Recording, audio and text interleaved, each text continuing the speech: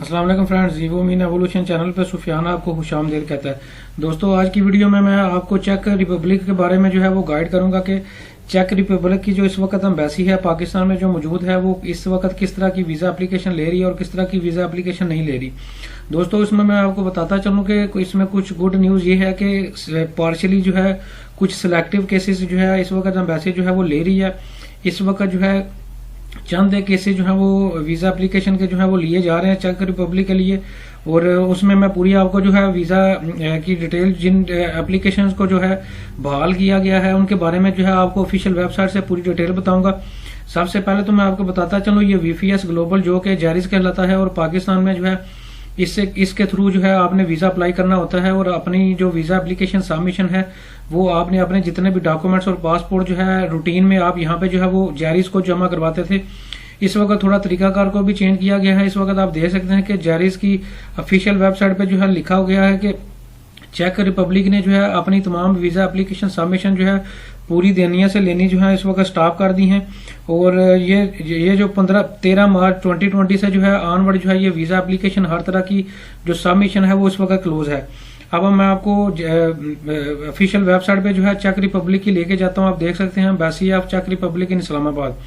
दोस्तों, इसमें मैं आपको बताता चलूं कि इसमें जो सिलेक्टिव केस हैं उनको जो है उनकी वीज़ा एप्लीकेशन जो है ये देखें लिखा हुआ है कि visa services are at the embassy partially resumed, कि पार्शली जो है कुछ सिलेक्टिव एप्लीकेशन को जो है वो लेना जो है एम्बेसी ने स्टार्ट किया है।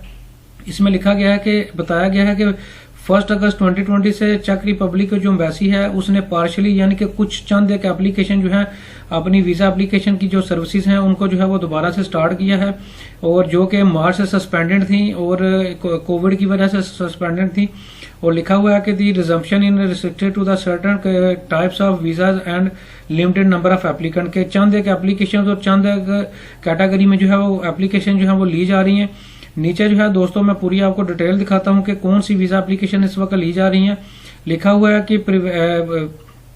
Following preventive hygienic measures the embassy in Islamabad can currently accept 1 Schengen visa application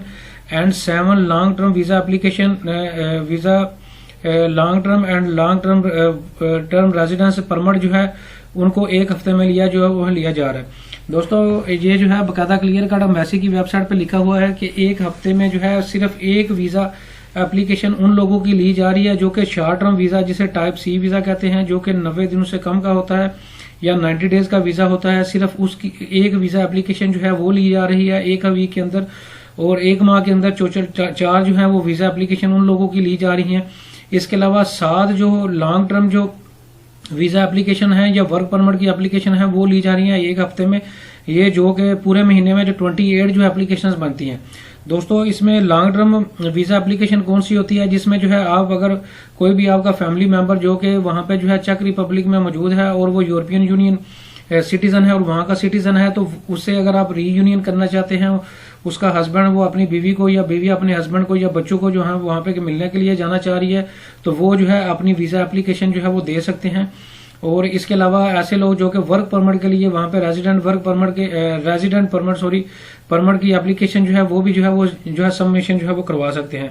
और ये जस्ट जो है जो शॉर्ट टर्म वीज़ा है उसमें पूरे माह में जो है सिर्फ 4 एप्लीकेशन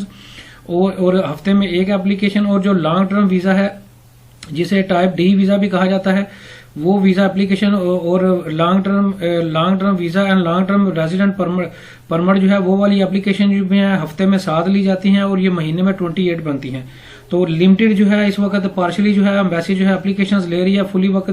फुली जो इस वक्त जो फुली ऑपरेशन है एम्बेसी का वो इस वक्त जो है वो नहीं है, सिर्फ सिलेक्टिव एप्लीकेशंस ली जा रही हैं।